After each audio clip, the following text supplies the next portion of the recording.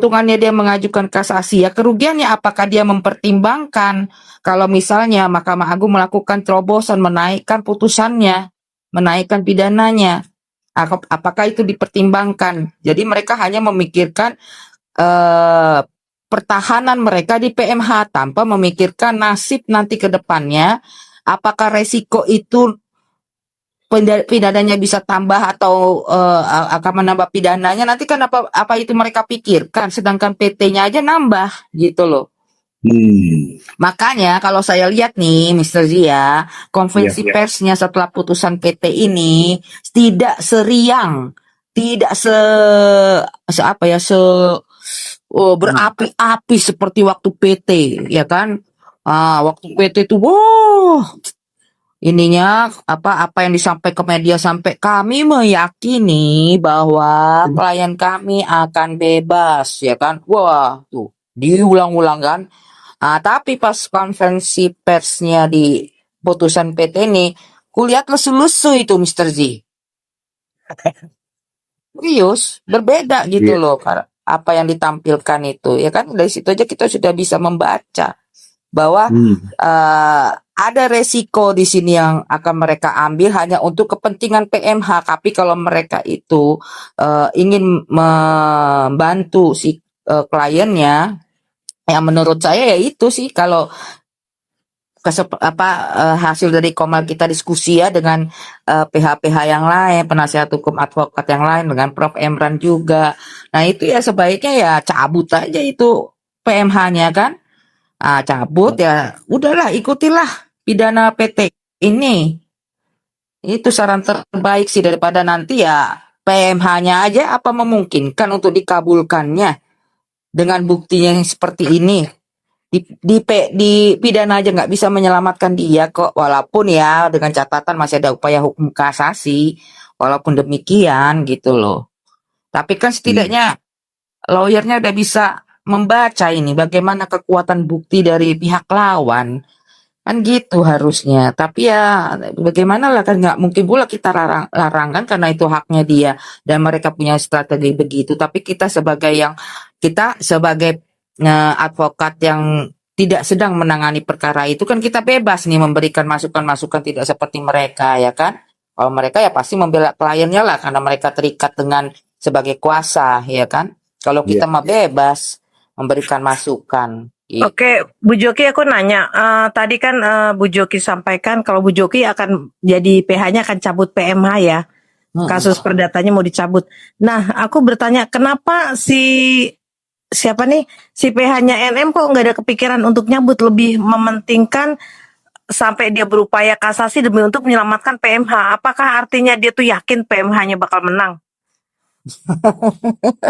Ya mungkin bagi mereka yakin, cuman kan saya punya pendapat sendiri. Dari awal pidananya pun saya itu sudah sampaikan, ini bukti yang disampaikan depan persidangan di pidana itu sulit untuk dibantah. Celahnya itu hampir tidak ada, kecuali cuman menyatakan bahwa ini adalah perdata, bukan pidana.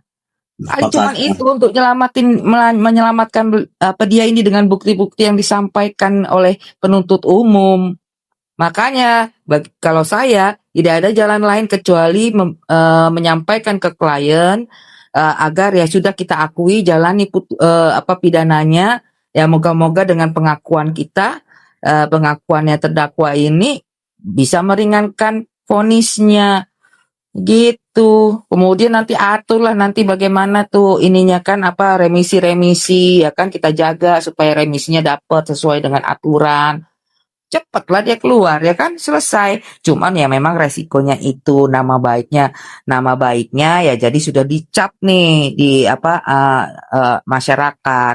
Tapi masih ada solusinya. Apa solusinya? Seperti sudah saya sampaikan tadi, bahwa itu bisa pelan-pelan dipupuk kembali nama baik itu dengan bersikap lebih baik lagi, sehingga nanti orang hanya melekat, oh dia pemeras, tetapi mereka sudah bisa menerima dia kembali di masyarakat gitu. Kalau saya ya Bu Ragam gitu loh.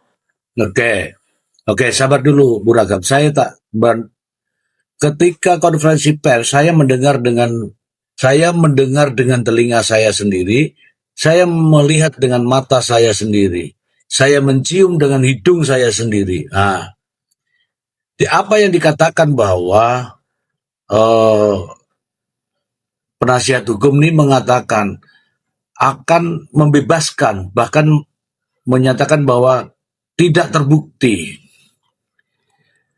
Ya, ini berkaitan dengan pernyataannya Tin LS ini.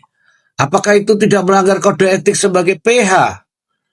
Bu Joki, Ya, kalau dalam kode etik kami itu di Undang-Undang Advokat itu menyatakan bahwa seorang advokat tidak boleh menjanjikan kebebasan kepada kliennya, tidak boleh menjanjikan memenangkan perkara.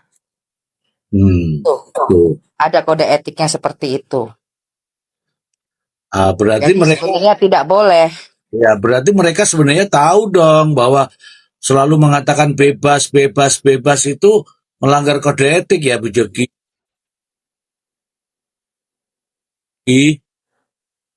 Ya harusnya mereka tahu karena ada di Undang-Undang Advokat itu. Bukan di kode etik lagi. Di Undang-Undang Advokat juga ada. Tapi dia nggak baca ya Bu Joki. Tahu sebenarnya mungkin ya Mr. G ya kalau saya melihat ya mungkin itu sebagai narasi untuk menyampaikan ke publik dengan seperti Prof. Emran tadi bilang mobilisasi opini. Istilahnya Prof. Emran mobilisasi opini. Ya, itu ya. Terima kasih. Saya sengaja bertanya itu untuk menegaskan saja. Mancing itu Mr. Z-nya ini. Bu Ragam tadi kok bertanya sampai seperti itu, Bu Ragam. Kenapa kalau Bu Joki jadi penasihat apakah harus mencabut PMH-nya? Kemudian Bu Joki bilang iya karena bukti-buktinya. Sekarang Bu Ragam saya bertanya sama Bu Ragam. Meskipun Bu Ragam bahwa orang awam, Aku bukan narasumber, jangan ditanya. Aku bagian nanya. ini loh saya tanya sedikit ini. Menurut Anda sebagai orang awam, apa sih kira-kira buktinya dalam gugatan PMH itu, Bu Ragam? Dalam PMH gugatannya apa harusnya gitu buktinya? Ya itu salah satunya surat hitam di atas putih perjanjian kerjasama lah. Ya, ada nggak dia? Nggak ada. Tapi gini, Mr. Z, aku pernah dengar komentar dari siapa ya waktu itu yang ngomong gini. Suatu kesepakatan kerjasama tidak harus hitam di atas putih, by lisan pun bisa dinyatakan oke gitu loh, dibenarkan katanya. Aku makanya rancu nih antara sebenarnya gampang banget kan, tunjukin aja kami nggak ada kerjasama, buktinya nggak ada hitam di atas putih. Tapi ada juga yang menyangkal ngomong gitu, dalam kesepakatan kerjasama tidak perlu hitam di atas putih, by lisan pun dibolehkan gitu. Oke. By lisan itu berarti ada omongan kedua pihak ya. Iya. Nah, terus yang bekerja sama siapa dalam faktanya? Yang kerjasama ya NM dengan si siapa nih RG. Emangnya saya tanya, emangnya NM pernah kontak-kontakan sama RG? Ya kalau yang aku dengar dari dia ya pembelaannya opininya gini. Ketika si RG itu bilang minta tolong, berarti itu tandanya by lisan dia membuat kesepakatan itu. Tidak perlu hitam di atas putih. Minta tolong jangan direview jelek ya, berarti si NM ini berhak dapat duit. Ya, itu RG bilang sama siapa? Sama Mail kali ya? Mail kan perwakilan CNM ya? Nah, nah kerjasama kedua belah pihak itu tidak ke di kita. Oke, mengenai perjanjian memang iya perjanjian lisan ada, perjanjian tulisan ada, namun itu semua diatur dalam hukum perjanjian. Nah, ketika perjanjian itu cacat, maka perjanjian itu dapat dibatalkan. Mungkin ya untuk lebih jelasnya Prof. Emran nih memohon ya untuk diulangi lagi Prof terkait dengan perjanjian. Iya, Monggo. ini host itu juga yang bikin aku bingung, mau aku tanyakan perjanjian bank by lisan itu yang diokekan, yang dikategori cacat yang kayak apa? Silakan Prof. Dari Ibu Ragam Prof. Iya, Mister Lee. Ini ada Mama Riri. Mama Riri. Saya kadang-kadang suka bilang Mama Ria gitu, Mama Riri. Jadi apa namanya? Tapi Karagam nih pertanyaannya kadang-kadang tuh provokatif ya. Nah, bukan kadang-kadang terus-terusan. Terus Provokatif makanya Kak soalnya Joki itu. tuh iya. Jadi Kak Joki tuh kadang-kadang suka ragu-ragu nih, makanya begitu-begitu Kak Joki. Sorry nggak sih, niatnya nggak provokatif. Sorry. Karena membaca, Anjing. Prof, ini ada maksud pertanyaannya di belakang. Iya, aku tuh gini loh. Saking aku awam dan tidak paham hukumnya, jadi aku penasaran banget pengen nanya sampai sedetail mungkin karena ada pakarnya di sini gitu loh. Bagus. Lanjut Prof, silakan Mas. Artinya provokatif nih, artinya dalam perspektif yang positif sebenarnya. Bukan berarti yang negatif ya. Kalau yang negatif itu yang sebelah sana tuh kalau provokatif. Kalau kita kan enggak. Yang ini barusan nih provokatif nih. Oh gitu. Itu provokatif. Jadi memang iya, kalau perjanjian itu ada dua. Satu biasanya dia bersifat contractual right, sementara yang satu itu silent consent. Atau juga apa namanya, silent consensual, biasanya ada yang disebut begitu. Cuman itu kan, kalau kita bicara hukum ini memang dia berkaitan sekali dengan pembuktian. Jadi kalau kita menyatakan sesuatu itu, apa buktinya? Buktinya itu ya harus disertai dengan alat bukti. Jadi memang kalau dia perdata, alat bukti yang primer itu ya harus itu surat lah. Jadi orang bikin perjanjian nih, pertama dia harus buat, artinya buktinya itu adalah surat. Dia bikin perjanjian surat. Surat. Kalau misalkan memang nggak ada surat, berarti dia lisan, bisa juga lisan. Yang kedua baru saksi. Kalau misalkan begini nih, sorry nih, jadi ada dia gradasinya ya, alat-alat bukti itu ya. Bahkan nanti itu kan CNM kan mengaku bahwa oh iya itu memang ada perjanjian di antara kami. Itu juga alat bukti. Di 164 HIR itu alat bukti. Alat bukti namanya pengakuan para pihak. Cuman dalam konteks bobot pembuktian, alat bukti itu gradasinya tuh disebut tertiary evidence, alat bukti yang sangat lemah. Apa itu kemudian bisa dijadikan sebagai petunjuk? Ya saya kira kalau itu dia berdiri sendiri, maka kemudian itu sama sekali nggak dipertimbangkan. Yang kedua begini, itu ada apa ya, alat-alat bukti tadi ya. Kemarin kita diskusi panjang lebar ya Kak Joki ya, Mr. J ya. Iya. Kaitannya dengan itu presumption juris itu. Presumption juris ini ada namanya persangkaan undang-undang, yang kedua persangkaan hakim. Selamat malam Dr. Janet. Selamat malam, Prof. Selamat malam semuanya, teman-teman. Silakan dilanjut, Prof. Selamat malam dokter. Jadi kalau kita merujuk pada persangkaan hakim itu, hakim nih pada akhirnya begini nih, itu juga alat bukti masalahnya. Alat bukti. Jadi ada dana 5M yang cuma ditransaksikan dengan begitu. Jadi persangkaan hakim itu lebih kepada pendekatan rasional. Kira-kira rasional nggak dengan perjanjian seperti itu, modelnya seperti itu, lalu kemudian ada dana 5M itu bisa langsung menyeberang. Kan singkat sekali itu, dan kemudian dengan lisan ya. Padahal 5M itu kan angka yang luar biasa kan. Nah, yang harusnya itu kalaupun diperjanjikan, maka yang paling tidak itu harus dituangkan dalam bentuk notarial. Tapi kelihatannya ini enggak.